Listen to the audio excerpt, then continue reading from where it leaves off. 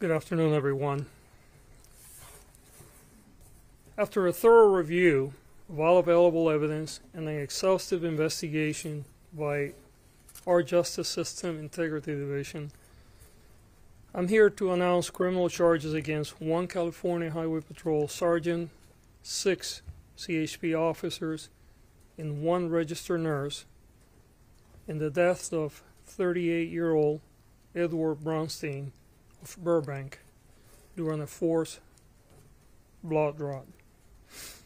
On March 21st of 2020, Mr. Bronstein was pulled over by CHP on the 5 freeway on suspicion of driving under the influence and was taken to the Pasadena CHP station. Mr. Bronstein initially declined to have his blood drawn for a blood test.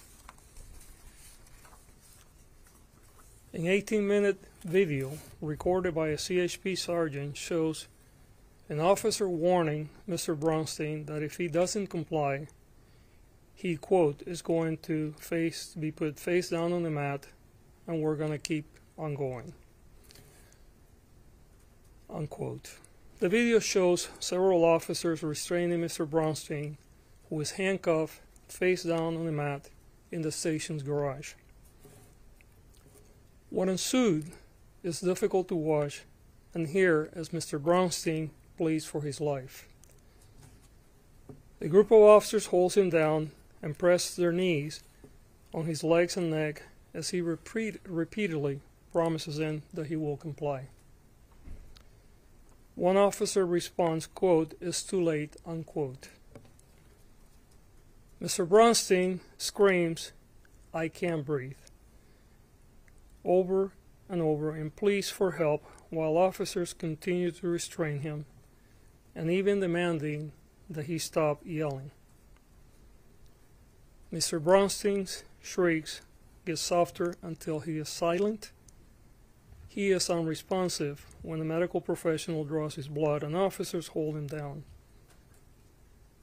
Unresponsive when they take a second vial of blood, laying so lifelessly that the officers no longer need to hold him down because he's dying as they watch.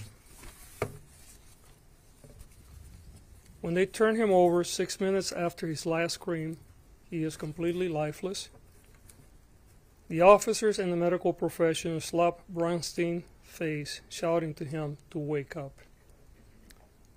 More than 13 minutes after Mr. Bronstein's last screams, they began CPR but are unsuccessful.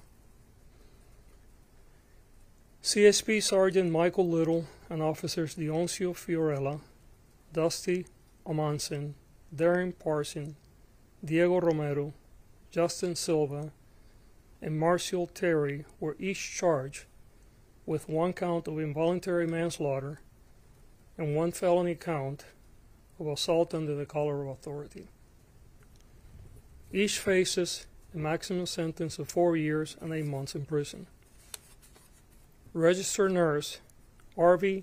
Bagahasian was charged with 1 count of involuntary manslaughter. His maximum sentence is 4 years in state prison. These officers had a legal duty to Mr. Bronstein. He was in their custody.